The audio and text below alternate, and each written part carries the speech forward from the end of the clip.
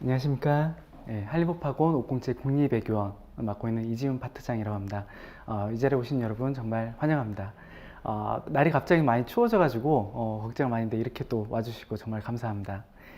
이렇게 힘든 길 오신 만큼 알찬 시간 되도록 최대한 많은 정보 드리도록 하겠습니다.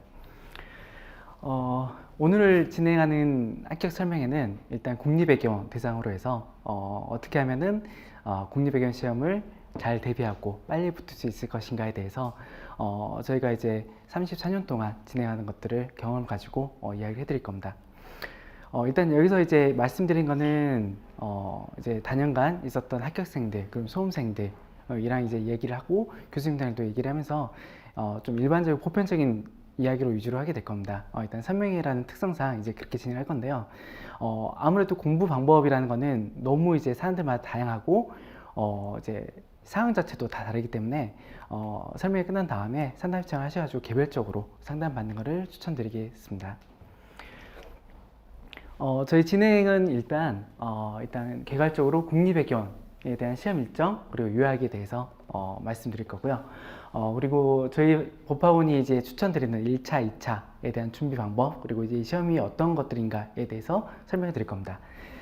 그리고 이제 제가 이렇게 설명해 드린 다음에 잠깐 쉬는 시간 가지고 저희 조영업반이었고 올해 최종 합격 최연소로 하신 차원희 그 예비 사무관 네, 외교관님께서 진행해 주실 겁니다. 그리고 이제 간단하게 또 이야기를 해주신 다음에 Q&A 시간도 가질 거니까요. 끝까지 잘 참여해 주시면 감사하겠습니다. 그리고 이제 그것까지 끝난 다음에 제가 이제 공통적으로 이제 나왔던 질문이라든가 그런 것들을 정리를 해가지고 마무리한 시간을 갖고 마치도록 하겠습니다. 총 걸리는 시간은 보통 이제 2시간 안쪽으로 끝나니까요. 조금만 참고 기다리시면 좋을 것 같습니다. 좀 길 수도 있다고 생각이 들 텐데요. 이제 만약에 이제 수업을 듣게 되신다고 하면은 보통 기본적으로 3시간에서 4시간 이상 이제 진행이 되기 때문에 오늘 이제 워밍업한다 생각하시고 참여해 주시면 될 것 같습니다. 외교관 후보자 국립외교원 선발시험입니다. 당연히 이제 외교관을 뽑는 시험이 되겠죠. 원래는 이제 외무고시라는 타이틀을 가지고 했었는데요. 이게 14년도에 변경이 돼가지고 외교관 후보자 시험으로 변경이 됐습니다. 근데 사실 큰 틀에 있어서 크게 차이는 없다고 보시면 됩니다. 시험 통과해가지고 국립외교원 과정 거치고 그 다음에 이제 들어야 되는 거죠. 지금 나온 내용들은 팜플렛 받으신 거 있을 텐데요. 8페이지에 보시면은 내용이 나와 있습니다. 참고하시면서 들으시면 될 것 같습니다. 선발 분야 및 시험 과목. 일단 1차, 2차, 3차 이렇게 진행이 되는데요. 1차 예전에는 이제 언어 시험까지 봤었어요. 근데 이제는 그러진 않고 자격 검증으로 이제 진행이 되죠. 그래서 영어, 한국사 그리고 이제 제외국어까지 이제 영어 검정 시험으로 이제 검정 시험으로 이제 진행이 되는데요. 헌법하고 언어 자료 상화 이거는 1차에서 시험을 보게 됩니다. 이제 피셋이라고 불리는 언어논리 자료 상하 판단을 보게 되는 거고요. 그리고 헌법도 보게 되는데 헌법은 이제 나중에 추가된 거긴 한데 이거는 상대평가는 아니고요. 절대평가입니다. 나머지 것들은 전부 다 상대평가인데 헌법은 60점 패스제로 진행이 됩니다. 자세한 것들은 이제 나중에 다시 뒤에서 설명할 거고요. 지금은 개괄적으로 간단하게 설명하고 넘어가도록 하겠습니다. 그리고 2차 시험은 이제 국제정치학, 국제법, 경제학 이렇게 3과목을 보게 되는데요. 추가적으로 학제통합술 시험이라고 이제 있는데 이거를 많이 궁금해 하시더라고요. 이거 근데 어렵게 생각하실 필요 없이 앞에서 나왔던 국제법, 국제정치학, 경제학이 합쳐져 있다라고 생각하시면 됩니다. 그래서 이 3과목을 공부를 하시게 되면은 나중에 자연스럽게 학제통합술에 대해서는 대비를 할 수 있으니까 걱정하지 않으셔도 될 것 같습니다. 그리고 차이점이 있다고 하면은 작년 같은 경우에는 학제통합술 시험이 1, 2 이렇게 진행됐었는데 이제는 25년부터는 이제 하나로 통합이 되어서 진행이 됩니다. 뭐 공부하시는 입장에서는 크게 신경 안 쓰셔도 될 것 같습니다. 응시 자격 요건입니다. 아까 말씀드렸던 대로 이제 영어 그리고 이제 제외국어 같은 거가 이제 검정 시험으로 대체가 되는데요. 이제 작년이랑 조금 공고가 달라진 게 이제 중국어 같은 경우에 이제 여기서 하나가 더 추가됐고요. 일본어도 이제 하나가 더 추가가 됐습니다. 준비하신 분들은 이거 확인하시면 될 것 같습니다. 그리고 이제 경제학에는 국제경제학, 국제법에는 국제경제법, 국제정치학에는 외교사, 군축, 안보분야가 포함이 되는데 어차피 커리를 따라간다고 하면은 어차피 다 포함이 돼서 준비를 하실 거니까 이것도 그냥 참고만 해주시면 될 것 같습니다. 그리고 혹시나 이제 여기 보시면은 이제 접수 기간이 있는데요. 내년 1월 25일에 이제 접수가 시되는데 아까 제가 말씀드렸던 전제 조건 영어랑 한국사, 제국어를 아직 따지 못하신 분들도 사실상 이때 접수를 하실 수 있습니다. 그래서 접수를 꼭 하시고 일단 2차 시험 본다라고 생각하시면 될 것 같고요. 따지 못하신 분들은 일단 최우선 순위로 그 전제 조건들을 먼저 따는 것을 추천드립니다. 공부를 하는 과정 중에서 당연히 준비를 할 수 있죠. 근데 이제 그게 너무 힘들기 때문에 일단 이거 최대한 빨리 끝낸 다음에 본격적으로 시작을 한다라고 생각하시면 될 것 같습니다. 그리고 이제 1차 시험은 3월 2일, 보통 이제 3월 초에 진행이 되고요. 그리고 2차 같은 경우에는 6월 말, 7월 초, 그리고 3차는 이제 외교과는 똑같이 진행이 됩니다. 5급이랑. 이제 3차만 11월 달 초에 이제 진행이 되고요.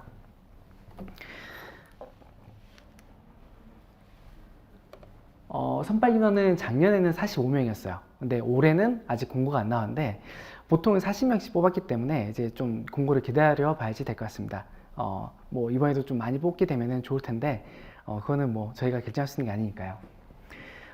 그래서 45명 선발 예정에서 이제 올해 기준으로 해가지고 305명이 이제 2차 시험에 붙게 됐었습니다. 보통 7에서 8배수 정도를 뽑게 되는데요. 여기 안에 일단 먼저 들어야 되겠죠. 그래서 이제 준비하신 분들은 1차적으로 1차 시험 먼저 붙는다 라고 생각을 하고 준비를 하셔야 됩니다.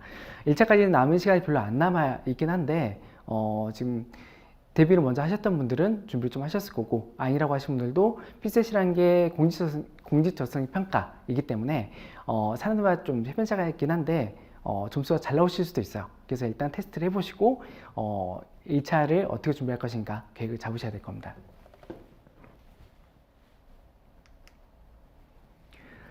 2차 시험이죠. 이제 응시인원 302명이었고 합격은 59명이었습니다. 2차 시험은 약 1.3에서 1.4배수 정도를 선발이 되는데요. 여기서 선발이 된 다음에 이제 또 3차로 넘어가서 3차 면접에서 걸러지게 되는 거죠. 밑에 보시면 지방인재 채용 목표, 그리고 양성평등 채용 목표 이렇게 돼 있는데 외교관에서는 사실 이제 그렇게 많이 나오진 않는데 이게 뭐냐면 지방인재에 대한 혜택을 좀 주는 거죠. 근데 혜택을 준다고 해서 이제 무조건적으로 들어갈 수 있는 건 아니고 지방대학에 나온 인재들을 조금 더 추가적으로 합격을 시켜주는 겁니다. 그래서 이제 내가 서울 소재 대학이 아니다 라고 하면은 처음에 등록하실 때 체크를 하시면은 여기 해당이 될 겁니다. 그리고 양성평등 채용 목표제 같은 경우에도 이제 어느 한쪽 특정 성이 너무 많이 이제 비중이 과다라고 하면은 추가적으로 다른 쪽 성에서 추가적으로 합격을 시켜주는 겁니다. 근데 이것도 전부 다 이제 무조건으로 되는 게 아니라 일정 목표치가 있고 어느 정도 이제 점수가 돼야지만 합격이 됩니다. 보통 이제 여성 합격자가 이제 5급 공채보다는 조금 비율이 높은 편인데요. 참고하시면 될 것 같고 이제 또 연령별 합격자 현황 보시면은 25에서 29세, 그러니까 62.7%였습니다. 간혹 이제 나이에 대해서도 많이 물어보시는데요. 걱정 안 하셔도 됩니다. 내가 나이가 많다 뭐 그런 거 없고요. 일단 공부해서 빨리 붙는다라고 생각하시면 될 것 같습니다. 이제 여기 있는 통계는 학교 수기 보시면은 12에서 13페이지 정도 나와 있는데 학교 수기에 있는 통계는 이제 작년 통계고 이제 앞에 있는 거는 올해 통계라서 조금 차이가 있을 수 있습니다.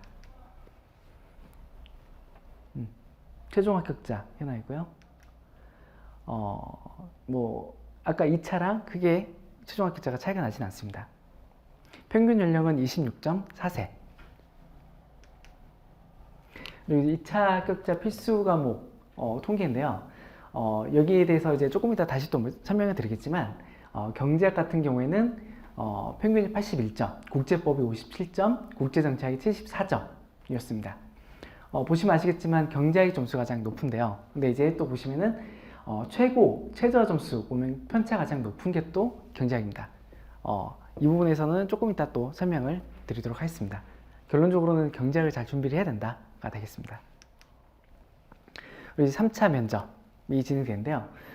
면접은 지금 간단하게 설명해 드리긴 하겠지만 지금 걱정할 필요는 없습니다. 면접은 어차피 지금부터 준비할 게 아니고요.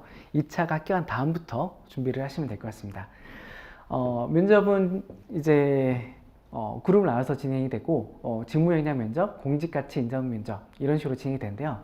원래 이제 집단 토론도 있고 영어 발표도 있고 있었는데 지금 코로나 이후로 이게 조금 약화가 돼가지고 집단 토론은 현재 지금 진행이 되지 않고 있고요. 영어 면접 같은 경우에도 발표로 대체로 해가지고 짧게 진행이 되고 있습니다. 그래서 이제 혹시라도 영어에 대해서 또 고민하시는 분들 많이 있는데 이것도 걱정하실 필요는 별로 없을 거라고 봅니다. 이건 참고하시라고 이제 띄웠는데요. 이제 면접에 들어가서 쓰이는 양식입니다. 면접에서 또 중요한 게 최종 합격을 하는 거죠. 그러니까 이제 면접이 어떻게 되느냐 또 많이 궁금하시는데요. 면접은 3단계로 구분이 됩니다. 우수, 보통, 미흡. 이렇게 해서 이제 우수가 되면은 이제 무조건 붙는 거고, 미흡이 되면 무조건 떨어지고. 그런데 여기 보시면 특이할 만한 사항이 보통에서 2차 시험 성적 순으로 합격이라고 되어 있습니다. 이게 무슨 말일까요? 결국은 2차 시험 성적이 중요하다는 말입니다. 제가 면접은 그렇게 너무 신경 쓰지 말라고 말씀드렸는데 당연히 면접 중요하죠. 하지만 면접에 있어서 가장 큰 보험은 2차 시험 성적이라고 보시면 됩니다. 우수랑 미흡은 이제 면접을 봤었을 때 사실 그렇게 많이 나오지 않습니다. 대부분이 다 보통이 될 거예요. 그럼 이제 보통에서 포함이 된다라고 하면은 그 안에서 이제 나눠지게 되는데 그럼 어떻게 될까요? 다 성적순으로 되는 거죠. 그래서 이제 2차 성적을 최대한 높게 받는다고 하면은 면접 볼 때도 사실 좀 부담이 없으실 겁니다. 그럼 이제 부담이 없으니까 면접도 잘 보실 수가 있게 되는 거죠.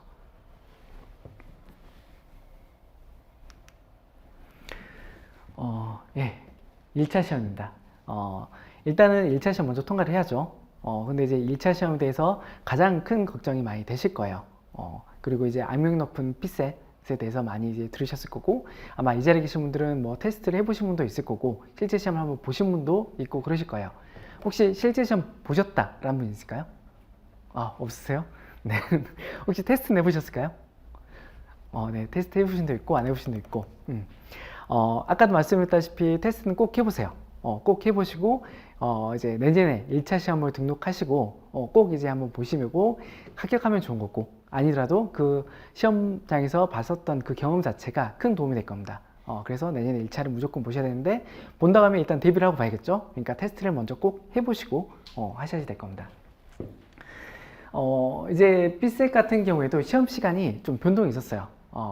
이제 코로나 이후로 단축을 했었죠. 그래서 원래는 작년까지만 하더라도 끝나는 시간이 5시 10분에 끝났었어요. 이게 단축된 시간이었죠. 근데 올해 조금 완화가 되다 보니까 5시 30분에 끝나는 걸로 조정이 다시 됐고요. 그리고 이제 보시면 아시겠지만 1교시 시험이 좀 특이하죠. 헌법이랑 언어논리를 같이 보게 됩니다. 그리고 2교시는 자료해석, 3교시는 상황 판단.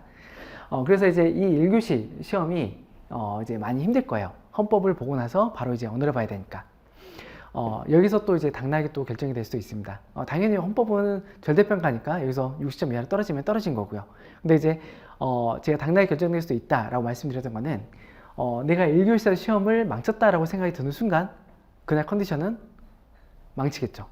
그러면은 그 뒤에 보는 자료해석이랑 상황 판단도 잘 볼 수가 없을 거예요. 그래서 일단 1교시를 무조건 잘 보는 전략으로 짜셔야 되는데 그중에 첫 번째가 헌법인데 헌법을 준비를 하고 나서 또 시험 봤는데 점수가 안 될 것 같아요. 그럼 마찬가지로 언어를 또 잘 보실 수가 없을 거예요.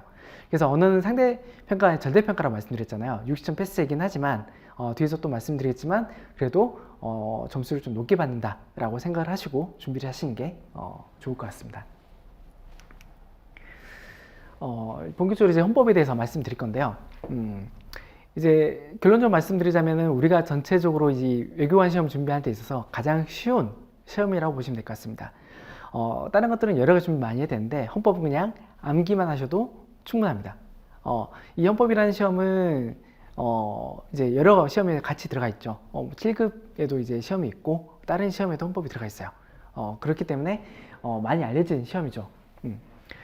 그리고 60점 패스제이다 보니까 반틈에 조금만 더 맞으면 되는 시험이에요. 그 말은 어느 정도만 하더라도 충분히 붙을 수 있는 시험이 된다는 말이 되겠죠. 하지만 너무 안심하시면 안 됩니다. 아까 말씀드린 대로 전체 시험에서 가장 첫 번째 보는 시험이기 때문에 최대한 잘만 한다라고 생각을 하셔야 돼요. 그래서 일단 목표는 70에서 80점 이상을 맞는다라고 생각을 하셔야지 될 겁니다. 일단 객관식 시험이고 이제 법과목이다는 특성 때문에 이제 암기라고 생각하시면 돼요. 그냥 무조건 암기하시면 되고 사실 기출문제만 내가 열심히 본다 하더라도 충분히 60점 이상을 나올 수 있는 그런 시험입니다. 그럼 헌법을 어떻게 준비를 해야 될 것인가? 저희가 잡고 있는 커리는 일단 이론을 보고 나서 그 다음에 정리 한번 하고 그 다음에 이제 문제를 푸는 식으로 되어 있습니다. 제가 이제 그냥 암기하면 된다고 했지만 내가 내용줄을 아는 것과 문제 푸는 거는 좀 다를 수밖에 없습니다. 그렇기 때문에 꼭 문제풀이 과정을 추가적으로 해보셔야 되는 거고요. 기본 이론 강의, 내가 헌법을 처음 배운다, 아예 이제 지식이 없다라고 하면 기본 강의 듣는 거를 추천드립니다. 이번에 이제 준비를 하신다라고 하면은 현실적으로 이제 올해 붙으면 가장 좋겠지만 이게 힘들기 때문에 내년까지를 이제 고려를 하셔야 될 텐데요. 제가 아까 말씀드렸던 문제만 봐가지고 점수를 넘길 수 있다라고 했던 거는 사실 일반성이 너무 강합니다. 내가 이제 그렇게 했던 걸 다시 한번 똑같이 해야 되는 거죠. 네, 이론적인 바탕을 가지고 문제를 풀었다라고 하면은 그거는 기억이 좀 오래 갈 겁니다. 그러면 장기적으로 봤었을 때 내가 이론 한번 보고 나서 문제풀이 과정을 한다고 하면은 내가 내후년까지 준비를 한다고 했었을 때 이제 전략적으로 좋은 방법이 될 수도 있을 겁니다. 그래서 이제 기본 이론 강의로 이제 이론 한번 배우고 그 다음에 정리를 핵심 이론으로 한번 하고 그 다음에 진로별 모의고사 최종 마무리 강의를 진행을 해가지고 문제풀이에 대한 전까지 하는 거죠. 일단 추천드리는 건 12월 말까지 해서 헌법은 끝내는 거를 추천드립니다. 이제 보통 암기니까 사실 시험 직전에 보는 게 가장 좋습니다. 그런데 이제 피셋이랑 같이 보니까 또 문제가 생기는 거죠. 피셋이라는 게 아무래도 심적인 부담이 좀 크다 보니까 피셋 시험 직전에 이제 뭘 하기가 힘들어요. 그래서 헌법을 잘 놓치기가 쉬운 거죠. 그래서 이제 막판에 내가 헌법을 해야지 라고 했다가 제대로 하지 못해가지고 시험 망치는 분들도 나오더라고요. 그래서 이제 10월 때까지 이제 헌법을 마무리 짓고 나서 마지막에 시험 직전에 최종 점검만 하고 들어간다 라고 생각을 하시는 게 안전하게 준비할 수 있는 방법이 될 겁니다. 헌법 문제. 예, 지금 이제 헌법을 준비하지 않으셨다라고 하면은 이제 무슨 말인지 보기 힘드실 거예요. 암기 시간을 했으니까 당연히 이제 다 외워야지 되는 거죠. 이 문제는 사이버 국가센터에 다 이제 오픈이 돼 있으니까 이제 한번 보셔도 되는데 굳이 헌법 같은 경우에는 지금 안 보셔도 되고 나중에 공부한 다음에 보셔도 괜찮습니다. 이제 피셋이죠. 네. 1차에서의 본게임이라고 볼 수 있습니다. 이제 피셋이라는 거는 공직적성력 평가입니다. 이제 그걸 줄여서 피셋이라고 하는 건데요. 평가역은 언어 논리, 자료 해석, 상황 판단 이렇게 되는데 이제 쉽게 생각하면 언어 같은 경우에는 이제 독해 그리고 이제 퀴즈 그렇게 이제 크게 보실 수 있을 겁니다. 수능 다 보셨을 텐데요. 수능 언어랑 이제 비슷하다고 생각하시면 돼요. 이제 지문 자체가 좀 다르고 이제 당연히 물어보는 핀트 자체가 좀 다를 수밖에 없죠. 이제 거기에 이제 논리 퀴즈가 좀 더 추가됐다라고 생각하시면 될 것 같습니다. 그리고 이제 자료 해석 같은 경우에는 이제 수치 자료를 이제 보는 거고요. 이제 그거를 표나 그래프 같은 걸 보고 나서 그걸 비교 평가 분석을 해서 어떠한 결론을 내리는 거라고 보시면 될 것 같습니다. 3보다는 이제 앞서 이제 이야기했었던 언어랑 자료를 좀 섞어 놓은 듯한 느낌을 이제 받으실 수 있는데요. 틀린 말은 아니죠. 그래서 이제 3분단이라는 거는 이제 그 종합적으로 이제 그 자료들을 가지고 내가 어떤 결정을 내렸을 때 어떻게 결정할 것인가를 측정하는 거기 때문에 이제 퀴즈, 아까 말씀드렸던 퀴즈의 좀 종목이 된 거라고 생각하시면 될 것 같습니다. 이렇게 이제 언어논리 자료에서 3반다 이렇게 되는데 이게 왜 공직적성의 평가냐라고 이제 물어보시는 분들도 있어요. 이제 그럴 때는 이제 제가 설명해 드리는 게 우리가 이제 외국어야 된다라고 했었을 때는 정말 많은 보고서들을 보게 될 거예요. 그러면 이제 그 보고서들을 보고 나서 어떤 판단을 하고 결정을 내려야 되는데 그 능력을 측정하는 거라고 보시면 될 것 같습니다. 언어논리는 당연히 내가 독해 능력을 측정하는 거고 자료 해석은 이제 당연히 텍스트로 된 것만 보는 게 아니라 표나 그래프로 된 수치화된 보고서를 많이 보게 될 건데 이제 그런 것들을 보고 또 비교평가 분석을 해서 판단을 해야지 될 상황이 올 거예요. 이제 그런 것들을 가지고 내가 어떤 결정을 내리는 거를 이제 상황 판단으로 이제 측정을 한다라고 보시면 될 것 같습니다. 그래서 재밌는 게 있었는데요. 그 예전에 인사처에서 피셋에 대한 효용성을 평가를 이제 했었습니다. 이게 공식적인 자료인지는 모르겠는데 제가 듣기로는 그래서 자체적으로 이제 평가를 해가지고 결과적으로는 피셋 점수가 높으면 업무 평가가 좋았다라는 결과가 나오긴 했습니다. 문제 출제 방향 뭐 여러 가지 이야기가 있는데요. 이제 지식을 측정하는 게 아니라 사고를 측정하는 시험이다 입니다. 배경 지식을 측정하는 게 아니라 판단 능력을 측정하는 거고요. 그래서 예전에 이제 출제가 됐었을 때 배경 지식 가지고 논란이 된 적이 있었어요. 내가 이제 지문 같은 거를 봤었을 때 내가 아는 지문이 나왔다라고 하면 그걸로 이제 정답을 찍을 수가 있었던 문제가 초창기에 나왔었죠. 그래서 이렇게 논란이 돼가지고 지금은 그걸 배제된 상태에서 풀 수 있게끔 문제가 출제가 되고 있습니다. 여기 다 맞는 말인데 이제 한 가지 조금 이제 걸리는 게 있습니다. 속도 검사가 아니라 역량 검사가 될수록 출제가 된다라고 했는데 사실상 우리는 속도전을 해야 됩니다. 제한된 시간 내 문제를 풀어야 되기 때문에 속도를 무시할 수가 없는 거죠. 틀린 말은 아니지만 우리는 속도를 신경을 써야 된다라는 말입니다.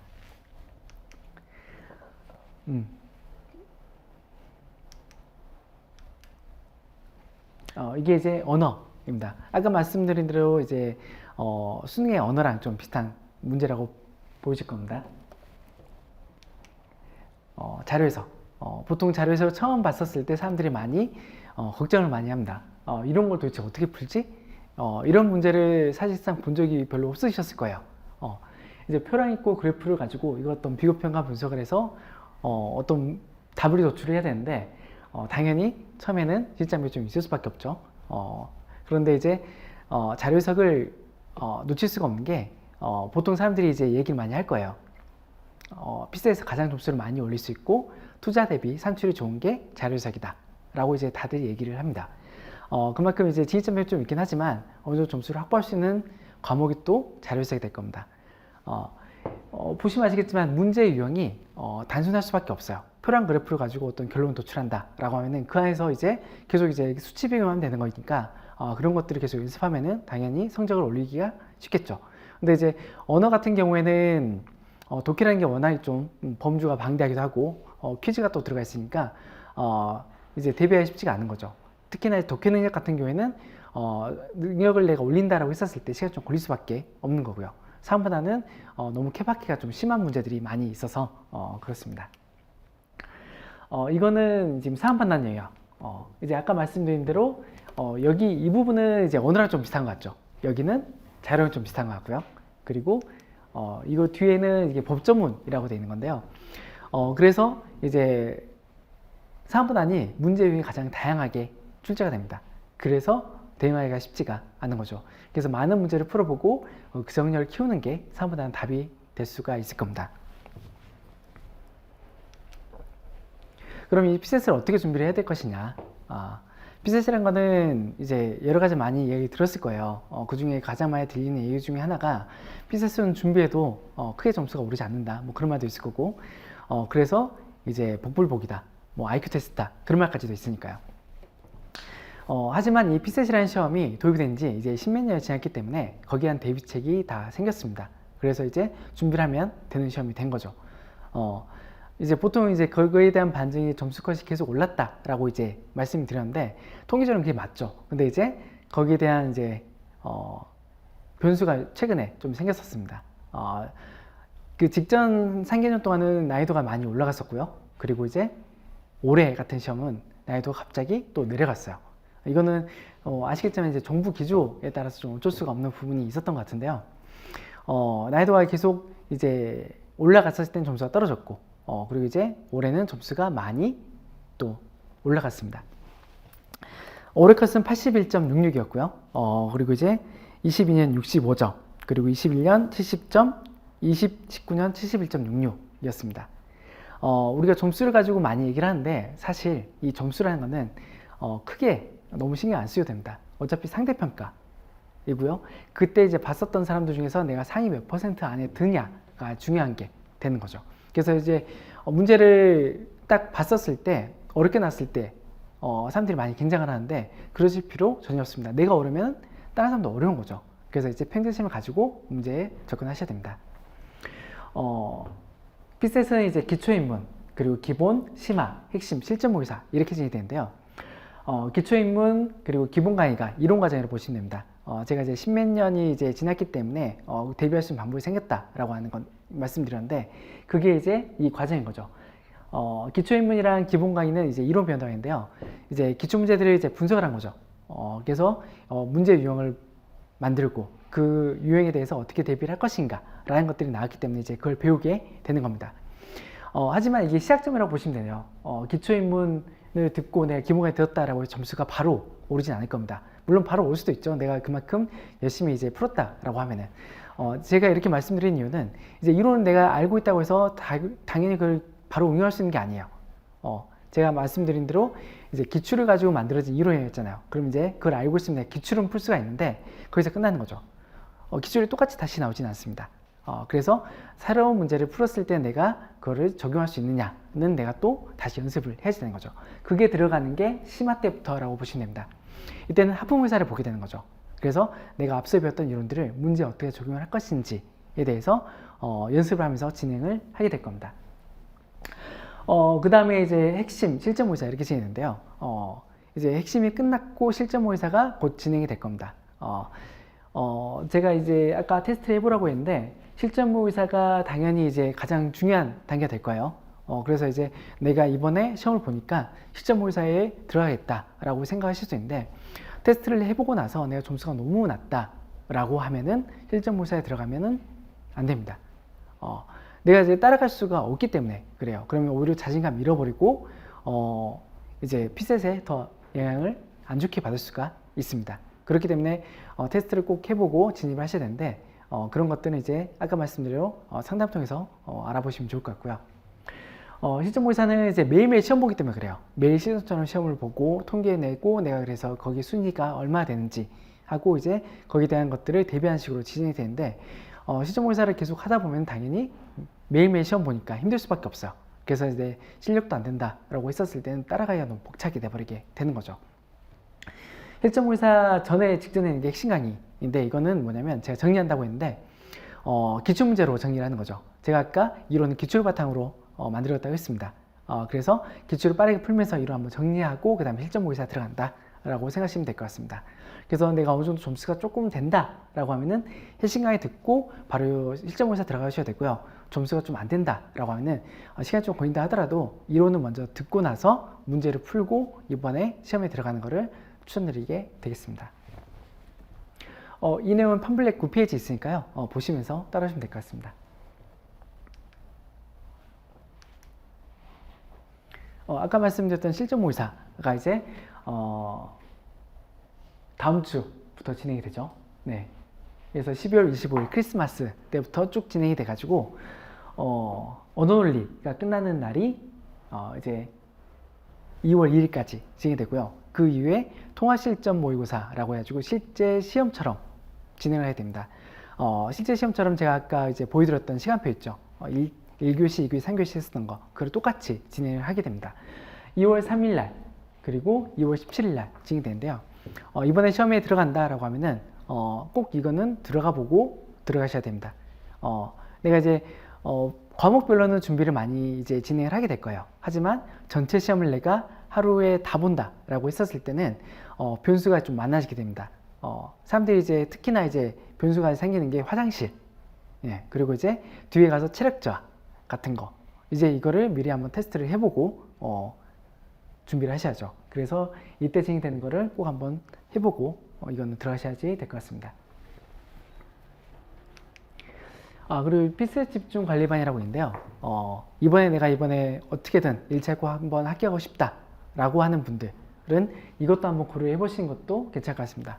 정말 이제 피셋에 다 투자하는 거죠. 그래서 이제 하루 종일 피셋을 계속 쭉 2월달까지 3월달까지 시험 직전까지 진행을 한다고 보시면 될 것 같습니다. 그래서 하루 종일 이제 1차 시험 일정에 맞춰 가지고 좀 진행을 하는 건데 이것도 한번 생각을 해보시면 좋을 것 같습니다. 이제 1차가 끝나고 나서 1차 붙었으면 이제 2차 시험을 보게 되겠죠. 2차 시험은 보통 이제 국립외교원 과정은 성균관에서 이제 많이 보게 됩니다. 그리고 시험은 이제 4일 동안 진행이 되는 거죠.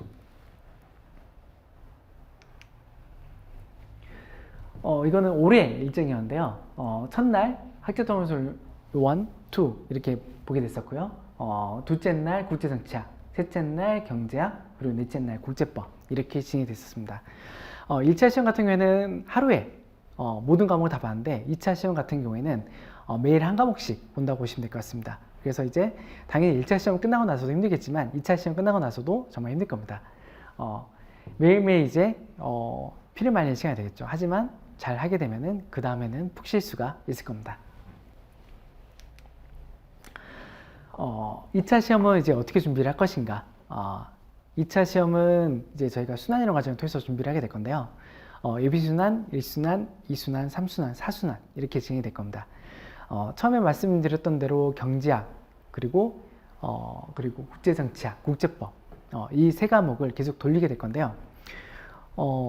이제 이게 전공 과목이에요. 대학교 전공 과목인데 그냥 단순하게 따진다라고 하면 4년제 전공교육을 했었을 때 세 과목이니까 12년짜리 과정을 우리는 1년 반에 끝낸다 라고 보시면 될 것 같습니다. 쉽지 않은 거죠. 그래서 이제 매일매일 강의를 듣게 된다 라고 하시면 될 것 같고요. 그리고 이제 보통 강의도 처음에 말씀드렸던 것처럼 기본적으로 한 4시간 정도 진행이 될 겁니다. 그래서 이제 처음에는 잘 따라간다 하더라도 나중에 체력적으로 힘들 수도 있으니까 체력 관리 같은 것도 수업 중 하나라고 보시면 될 것 같습니다. 예비순환은 이제 3월 달부터 진행이 될 건데요. 예. 이게 순환이라고 이제 설명을 드렸는데, 순환이라고 하면은 이제 돈다라고 이제 우리가 생각할 수 있죠. 맞습니다. 반복적으로 공부한다라고 생각하시면 될 것 같아요. GS 1순환, GS 2순환 이렇게 되는데 처음에 들어오신 분들이 또 GS에 대해서 많이 궁금해하세요. 이게 도대체 무슨 뜻이냐? 단순합니다. 그룹 스터디의 약자입니다. 처음에 이제 초창기 고시촌에서 공부를 했었을 때 그룹 스터디로 진행을 했었어요. 그래서 이런 방식으로 이제 공부를 하게 됐었는데 그게 고차가 돼가지고 이렇게 커리어가 된 거죠. 그래서 이제 앞선 선배들의 고민의 산출물이라고 보시면 될 것 같습니다. 반복적으로 이제 이렇게 보는 건데요. 당연히 모든 거를 다 한 번에 볼 수가 없어요. 아까 말씀드린 대로 10년짜리 과정이니까 우리가 한 번에 다 볼 수가 없는 거죠. 그래서 이제 예비순환 때 한 번 다 돌리고 그 다음에 순차적으로 그 다음 단계에서 다시 한번 복습을 하고 또 복습하고 하는 식으로 생각하면 될 것 같습니다. 저는 보통 이거를 피라미드 쌓는 방법이라고 생각을 하려고 하는데요. 예비순환 때는 이제 베이스를 딴다고 생각하면 될 것 같습니다. 그래서 이제 내가 이제 밑바탕을 그리게 되는 거죠. 그 밑바탕을 그린 다음에 그 위에다가 좀 더 심도 있는 내용을 쌓아 올라간다 라고 생각하면 될 것 같습니다. 그리고 이제 1순환 때부터 달라지는 건 뭐냐면 답안 작성을 이때부터 봉출하게 됩니다. 예비순환 때는 맛보기식으로 이제 한두 번 볼 수 있긴 하겠지만 답안 작성에 봉투 들어가지는 않는데 1순환 때는 본격적으로 이제 3일에 한 번씩 시험을 보게 됩니다. 그리고 이제 2순환 때는 이틀에 한 번, 3순환 때는 매일. 그래서 점점 좀 힘들어질 수밖에 없는 거죠. 내용하는 것도 힘든데 이제 시험까지 봐야 되니까 점점 힘들어질 수밖에 없습니다. 근데 체감적으로 이제 사람들이 1순환 때 가장 많이 힘들어요. 왜 그러냐면 1순환 때는 그냥 내용을 따라가면 되는 거죠. 이건 내용적인 하는 거 하고 있었으니까 1순환 때는. 근데 이제 1순환 때부터 본격적으로 답안 연습 들어간다고 했는데 답안을 딱 처음에 작성하려고 했었을 때 못해요. 이거를 어떻게 해야지? 라고 생각이 들 수밖에 없어요. 보통 이게 A4 사이즈 정도 되는 건데 거기에 빈 공백에다가 10페이지를 내가 채워야 된다 라고 생각하시면 될 것 같은데요. 당연히 이제 채울 수가 없죠. 처음부터 너무 조급하게 생각할 필요는 없습니다. 그래서 이제 처음에 우리가 시작이 됐을 때 예시 답안, 최고 답안 이 자료로 또 나갈 겁니다. 그래서 내가 답안을 작성하지 못했다 하더라도 그것들을 참고해 가지고 계속 작성하려고 하는 연습을 하셔야 됩니다. 그렇지 않고 이제 1순환 때부터 답안 작성이 하기 힘들어가지고 안 하신 분들이 간혹 있어요. 그러면은 이게 계속 작성하기 힘들어집니다. 그래서 힘들더라도 1순환 때부터 답안 작성을 계속 하시려고 하셔야 됩니다. 그리고 2순환 때는 시기적으로 힘들 수밖에 없어요. 딱 이 시기가 2순환 시기거든요. 오늘 이제 국제정치학을 개강을 했고요. 이때가 힘든 이유는 겨울이 되기 시작하면서 제가 앞서 말했던 계속 피셋을 이야기했었는데 이 피셋 때문에 그럽니다. 사람들이 이제 이때부터 이제 피셋을 걱정을 하면서 피셋 준비를 많이 하게 되는데요. 피셋을 준비하다 보니까 다른 거 할 수 있는 시간이 없는 거예요. 그러면은 이때 이제 2차를 포기하는 사람들이 많이 나오게 되는 거죠. 그래서 이 선을 건너뛴다라고 이제 표현도 하는데요. 이렇게 되면은 나중에 2차에서 문제가 생깁니다. 당연히 1차를 먼저 붙는 게 중요하죠. 그래서 이제 이 자리에 있는 분들은 당연히 1차를 먼저 신경 써야 돼요. 이제 최종 합격을 위해서는 당연히 2차까지 신경 써야 되는데, 결론적으로 따지자면 그러면은 이게 무슨 말이냐. 2차 시험장에 두 번째 들어갔을 때 사람들이 많이 붙는다가 되는 거죠. 이게 어쩔 수 없는 현실이에요. 1차랑 2차랑 같이 이제 연달아서 시험을 보기 때문에 힘들 수밖에 없는 거죠.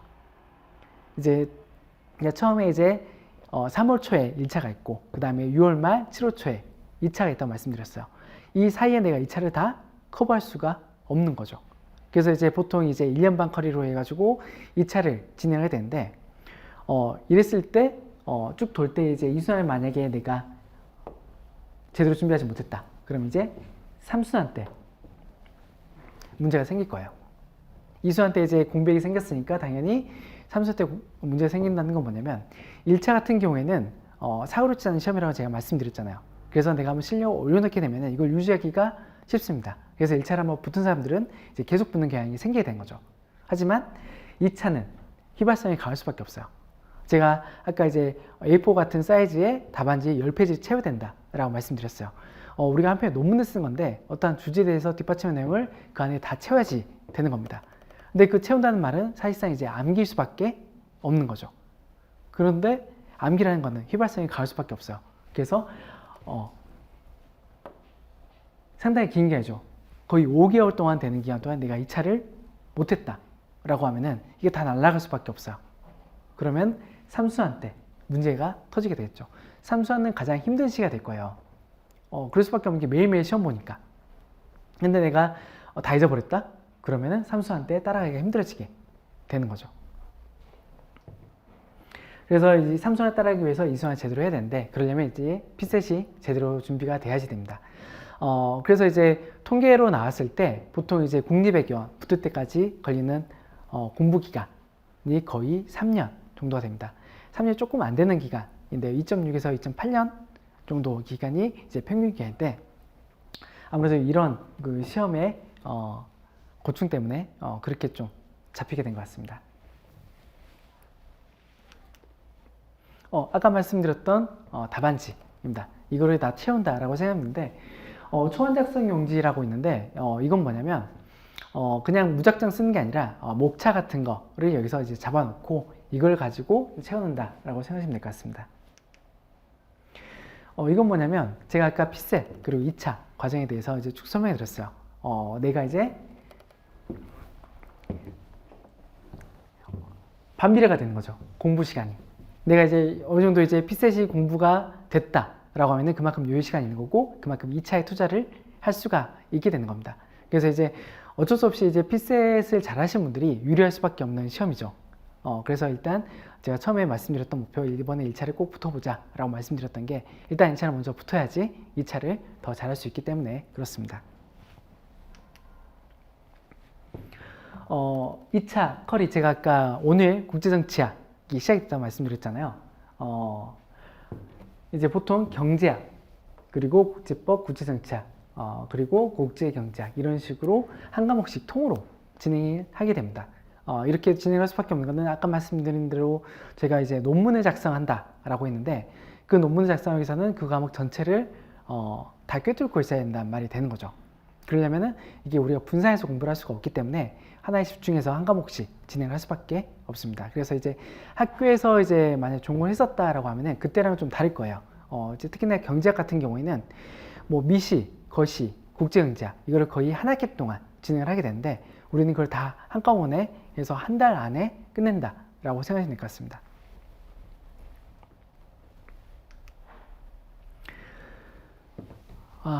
뭐니 해도 시험은 빨리 붙는 게 가장 좋죠. 그 빨리 붙으신 분께서 이제 오늘 이제 참여를 해주셨는데 거기에 대한 노하우는 좀 이따 듣도록 하겠습니다. 공부력이 다 잘하신 분들이니까 아실 거예요. 공부에 대한 방법은 다 똑같죠. 매일매일 내가 열심히 하는 거. 그리고 이제 시험 보기 전까지 준비를 다 끝내는 거. 그리고 이제 그렇게 하기 위해서는 모르는 거 아는 걸 잘 구분을 해가지고 정리를 해야겠죠.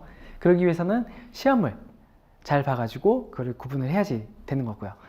보통 여기까지는 수능 때랑 비슷할 텐데 시험이 더 중요합니다. 이 시험에서는. 아까 말씀드렸던 답안 작성 때문에 그러는데요. 답안 작성에 대한 강조는 아무리 해도 부족하지 않습니다.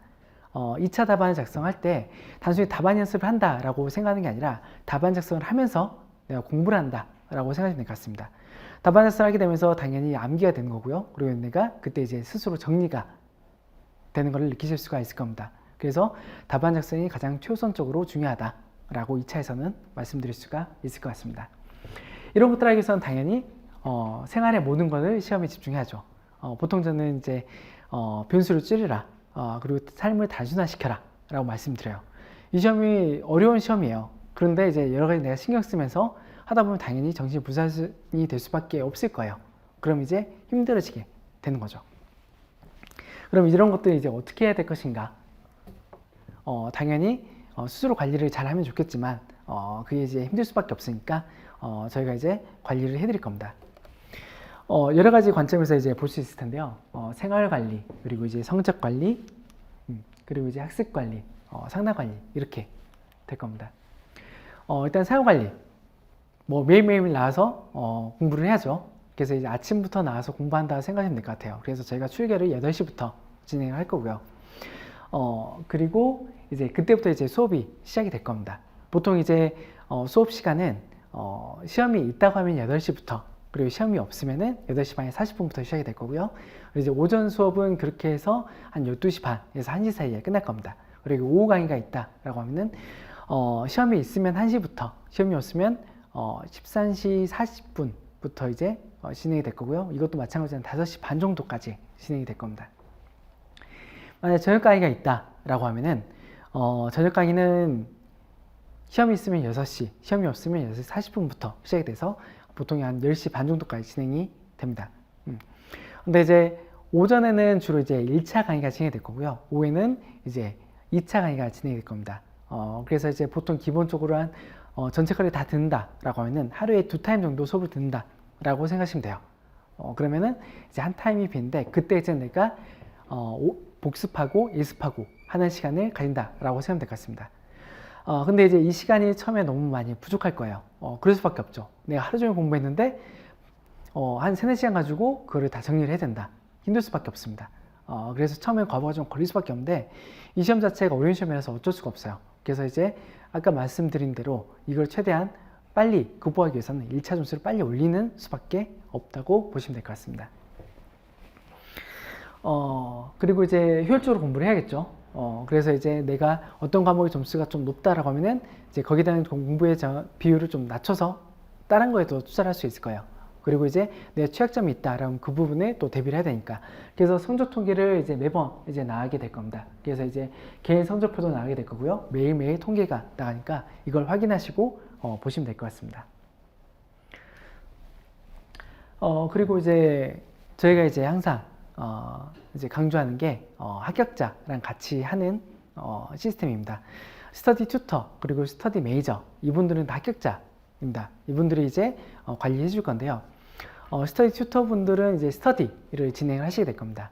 스터디에 대해서 또 많이 궁금해 하시는데 스터디는 너무 이제 어렵게 생각하실 필요 없이 자기 통제 수단이라고 생각하시면 될 것 같습니다. 이제 매일매일 이제 공부를 해야 될 할당량이 있는데 내가 잘 하기 힘들 거예요. 그럼 이제 함께 약속을 하게 되는 거죠. 우리가 이 시간 동안에 이제 이걸 하자라고 하는 게 스터디라고 보시면 될 것 같습니다. 근데 스터디를 통해서 정말 많은 거 얻었다라고 하시면 될 있고 스터디를 한 번도 안 하고 붙으신 분도 있어요. 근데 이제 대부분은 스터디를 많이 하게 되죠. 이게 아까 말씀드린 대로 내가 혼자서 잘하기 힘드니까 그렇습니다. 근데 이제 스터디 했었을 때도 당연히 이게 산으로 처음에는 갈 수밖에 없어요. 이걸 잡아줄 수 있는 분이 이제 스터디 튜터 분께서 잡아줄 수 있게 되는 거죠. 그리고 많은 조언도 해주실 거고요. 그리고 이제 스터디 매니저 분은 뭐냐면 저희 상주하면서 이제 계속 상담을 해주실 거예요. 공부를 하면서 당연히 힘든 부분이 있을 거고 개인적으로 어려운 부분도 있을 거고 그런 것들을 혼자서 고민하지 마시고 합격자 분들이랑 이제 상담을 통해서 해결하시고, 그리고 이제 저희들도 이제 계속 있으니까요. 저희들과도 계속 상담을 하면서 어떻게 하면은 최대한 효율적으로 공부를 할 것인가에 대해서 고민하시면서 공부를 하면 될 것 같습니다. 계속 이렇게 말씀드리는 이유는 공부 방법은 너무나 다양해요. 그리고 정해진 게 없습니다. 이게 딱 맞다라고 하면은 사실 그건 거짓말일 수밖에 없어요. 아까도 말씀드렸던 것처럼 사람들마다 다 수준도 다르고 스타일도 다르고 하기 때문에 나한테 맞는 방법을 찾아간다고 생각하시면 될 것 같습니다. 보통 저희가 이제 100명의 합격 수기가 있으면은 다 다르다 라고 이제 얘기를 드려요. 실제로 저희가 합격 수기 나중에 보시면은 다 다를 거예요. 그래서 내가 나중에 합격 수기를 쓴다 했었을 때 그것도 다른 사람과 다를 수밖에 없을 겁니다. 그래서 이제 처음에 시행착오를 할 수밖에 없는데 그걸 최대한 줄인다 라고 생각하시면 될 것 같아요. 그래서 이제 이렇게 학습관리, 상담관리 통해서 계속 하면은 최대한 빨리 합격을 하실 수가 있을 겁니다. 이거는 이제 플래너인데요. 나눠드린 거 보면은 자료 중에 플래너가 있을 겁니다. 이거는 예시로 이제 이렇게 해놓은 건데, 이런 식으로 매일매일 내가 해야 될 것들을 체크한다 라고 생각하면 될 것 같습니다. 그리고 체크하고 이거 가지고 이제 예복습한다 라고 생각하시면 될 것 같아요. 그리고 이제 이렇게 체크돼 가지고 내가 어떤 부분이 약한지 또 이제 체크를 하실 거고요. 뒤쪽에 보면은 이제 내가 오답 정리하는欄들이 있어요. 그래서 오답 정리를 쭉 계속 정리를 하다 보면은 내가 어떤 부분이 약한지를 또 통계로 알 수가 있을 겁니다. 그래서 이제 종합반은 이제 그런 관리들 그래서 잘할 수 있게끔 하는데 당연히 여러 가지 특전들이 있죠. 수강료가 일단 싸고요. 그리고 복습 영상을 가장 좋아하더라고요. 이제 실강 기준으로 이제 다 따라간다라고 생각하는 것 같아요.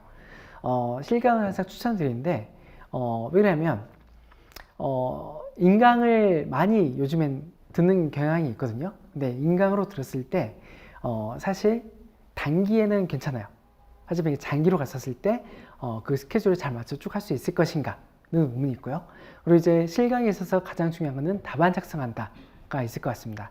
제가 계속 답안 작성에 대해서 강조를 했는데 인강으로 하게 되면 사실 이 답안 작성을 잘 안 하게 됩니다. 그렇기 때문에 실강을 쭉 다 따라간다 라고 생각하시는 게 장기적으로 봤을 때는 효율적으로 공부하실 수 있는 방법이라고 생각이 되고요. 그리고 복습 동영상을 제공하는 이유는 뭐냐면 말 그대로 복습 동영상이죠. 내가 이거를 다 따라하기가 좀 벅찰 부분들이 많이 있을 거예요. 그러다 있었을 때 내가 다시 들어야 된다라고 하면은 복습 동영상이 필요하겠죠. 그래서 이것들을 계속 제공하게 될 겁니다. 그래서 이제 통으로 다 제공이 되기 때문에 내가 이제 어떤 부분이 취약한지를 확인하시면은 그 부분 그냥 바로 들으시면 될 겁니다. 그리고 이제 복습을 한다고 했었을 때 이제 나중에 가면은 모든 과목들을 계속 복습을 해야 될 거예요. 한 과목을 쓸 때 다른 것들을 계속 놓고 있으면 안 되니까. 근데 이제 혼자서 하기 힘들다라고 했었을 때 복습 동영상으로 빠르게 복습을 하면은 그것도 이제 괜찮은 방법이 될 수 있을 겁니다.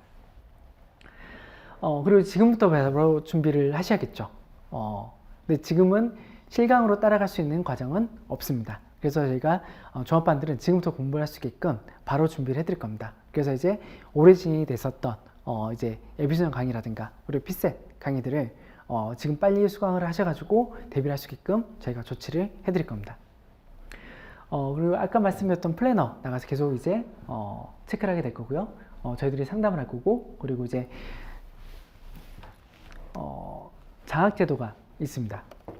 내가 이제 시험 보고 나서 점수가 잘 나왔어요. 그러면 장학금을 받을 수가 있을 겁니다. 이걸로 꽤 많은 돈들을 많이 받아가시더라고요. 이거 노려보시면 좋을 것 같습니다. 이거는 굳이 뭐 부모님께 말씀 안 드리고 네, 성취감으로 가질 수 있겠죠. 네. 그렇게 해서 이제 조합반들 특장들이 이렇게 있고 또 자습실을 또 많이 좋아하시더라고요. 이 자리에서 바로 이제 공부를 하시는 거죠. 수업 듣고 나서 짜투리 시간에 앉아서 이제 공부하실 수도 있고, 수업 끝나서 바로 이제 이동해서 강의실에서 자습을 하시면은 그래도 이제 시간을 좀 더 효율적으로 쓰실 수가 있을 겁니다. 이렇게 해서 이제 간단하게 국립외교원 시험이 어떤 것인가, 그리고 어떻게 준비할 것인가, 우리는 어떻게 할 것인가에 대해서 설명해 드렸습니다. 최대한 저희들은 합격을 위해서 노력을 할 거고요. 이 자리에 있는 분들도 합격을 위해서 이제 달리실 거니까 열심히 해나가면 될 것 같습니다. 지금 이제 긴 시간 동안 또 설명 들으셨으니까 한 10분 정도 잠깐 쉬고 3시부터 아까 말씀드렸던 저희 스터디 튜터로 지금 활동 중이신 최연소 합격자 분이랑 같이 또 시간을 진행하도록 하겠습니다. 10분 동안 잠깐 쉬겠습니다.